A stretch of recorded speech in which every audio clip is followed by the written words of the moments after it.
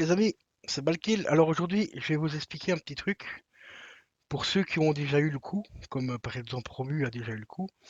Quand tu vas sur tes HDMI ici, tu vois, tes connexions HDMI, voilà. Et je peux pas filmer mieux déjà les gars, hein, l'écran est très lumineux, donc avec la webcam ça marche pas. J'essaie avec le téléphone, c'est encore pire. Donc ici tu as HDMI 1, HDMI 2, tout ça.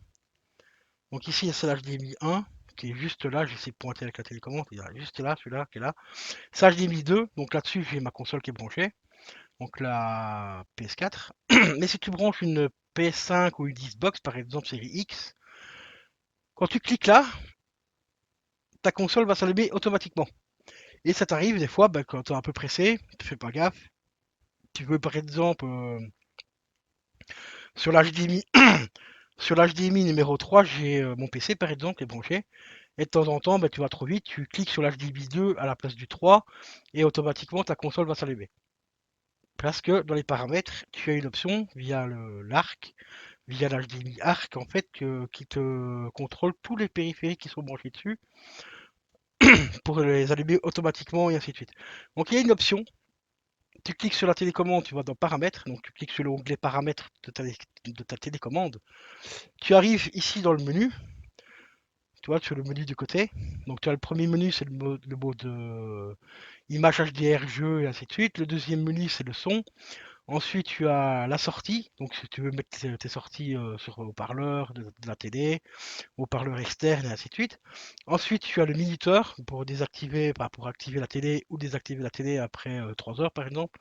Ensuite, tu as l'option réseau. Et en dessous, tu as une troisième, enfin en dessous, tu as un autre onglet où tu as trois petits points dessus. C'est marqué tous les paramètres. Tu cliques dessus.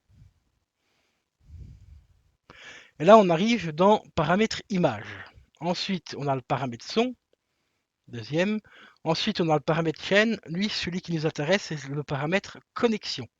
Donc c'est une boule, tu vois, petite boule que tu cliques dessus.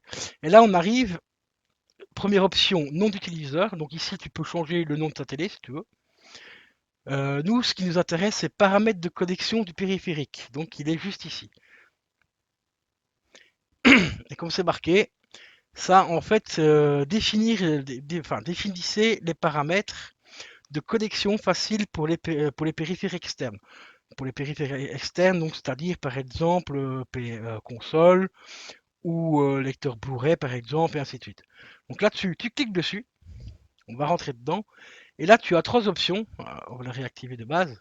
Voilà, là tu as trois options qui sont activées automatiquement de base.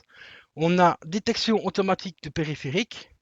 Donc là, c'est ce qui te dit ce qui a branché sur ta télé, comme par exemple, je peux te remontrer vite fait. On va ressortir ici, on va retourner ici. Par exemple, tu vois là-bas,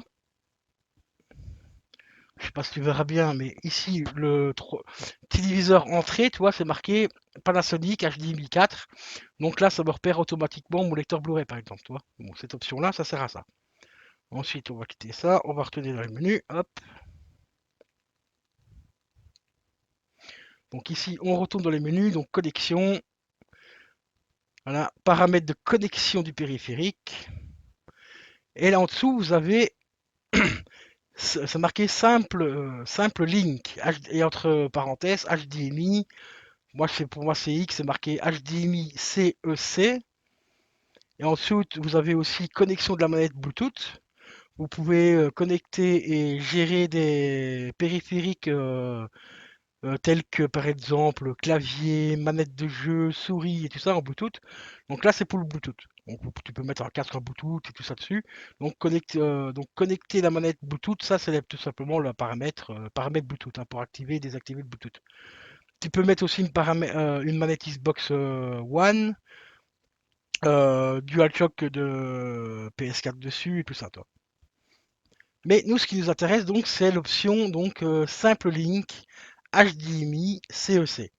Bon, peut-être que sur une C1 ou une G1, ce sera pas tout à fait le même nom, mais normalement c'est simple link paramètres. Enfin, simple link, et là tu as l'option pour désactiver. Donc ici, tu vas sur l'option pour désactiver, tu désactives et ça va automatiquement désactiver synchronisation d'allumage automatique. Comme ça, quand tu vas aller sur ta périphérie, enfin sur ton USB, sur ton HDMI, là où tu as ta console, tu vas cliquer sur l'HDMI de la console, ta télé va pas s'allumer automatiquement que la console. Ou l'inverse, tout simplement, ta télé va pas demander à ta console de s'allumer. Parce que tu peux faire l'option aussi, enfin la double option. Quand tu allumes ta console, ta télé peut s'allumer automatiquement. Et tu peux faire, et t'as l'option inverse, quand tu vas sur l'HDMI, comme je t'ai dit tout à l'heure, ta console s'allume. Et ça, il y a beaucoup de gens qui n'aiment pas. Je peux comprendre, et voilà. Donc pour désactiver, ben, il suffit d'aller là. Donc sur simple link, comme tu le vois, cliquez sur le bouton désactiver et ça va désactiver donc synchronisation d'allumage. Tu peux aussi tout simplement désactiver la synchronisation d'allumage, hein. Donc la troisième option, t'es pas obligé de désactiver simple link, tout simplement, hein. Tu vas tout simplement sur synchronisation d'allumage et tu désactives juste cette option-là.